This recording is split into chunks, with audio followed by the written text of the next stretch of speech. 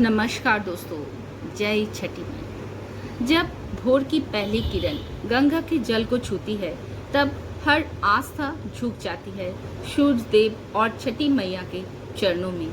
ये पर्व नहीं, विश्वास का उत्सव है, जहाँ माँ की ममता, तपस्या और भक्ति एक साथ मिलकर रचती है छठ पूजा की पावन कथा।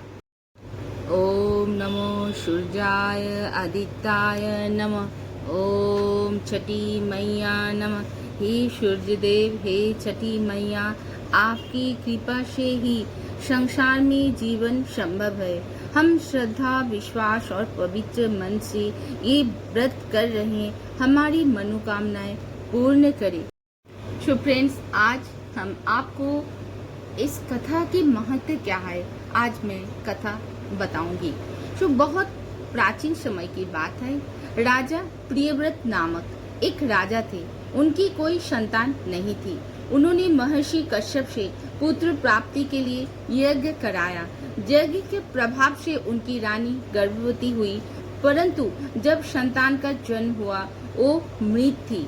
राजा रानी शोक से व्याकुल होकर जीवन त्यागने का विचार करने लगे। उसी समय देवी छठी मैया प्रकट हुई और वो तेजस्वी और दिव्य रूप में थी। मैया बोली, हे राजन, मैं छठी मैया की बहुत सारे कथा में एक कथा ये भी बहुत ही महत्वपूर्ण है। जब सृष्टि की रचना हुई तो भगवान ने जीवों के जन्म और पालन के लिए देवी देवताओं की रचना की, और उन्हीं में से एक थी देवी षष्ठी, जिन्हें भगवान सूर्य देव की बहन कहा जाता है। छठी मैया को मैया प्रसन्न हुई और आशीर्वाद दिया। जो कोई रक्षा करने वाली देवी माता कहा जाता है। तो जिस घर में बच्चे जन्म लेते हैं, वहाँ छठी मैया छठे दिन आती है और बच्चे की किस्मत को लीक कर जाती है। इसलिए ये दिन छठा मतलब छठ कहलाता है और इस दिन छठ पूजा की जाती है।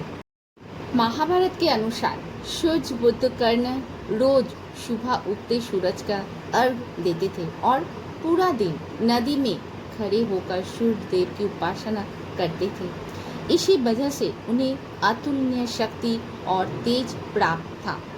कर्ण की इस सूर्य भक्ति से प्रेरित होकर ही लोगों ने सूर्य की पूजा करने की परंपरा शुरू की और वो बाद में छठ पूजा के रूप में प्रसिद्ध हुई।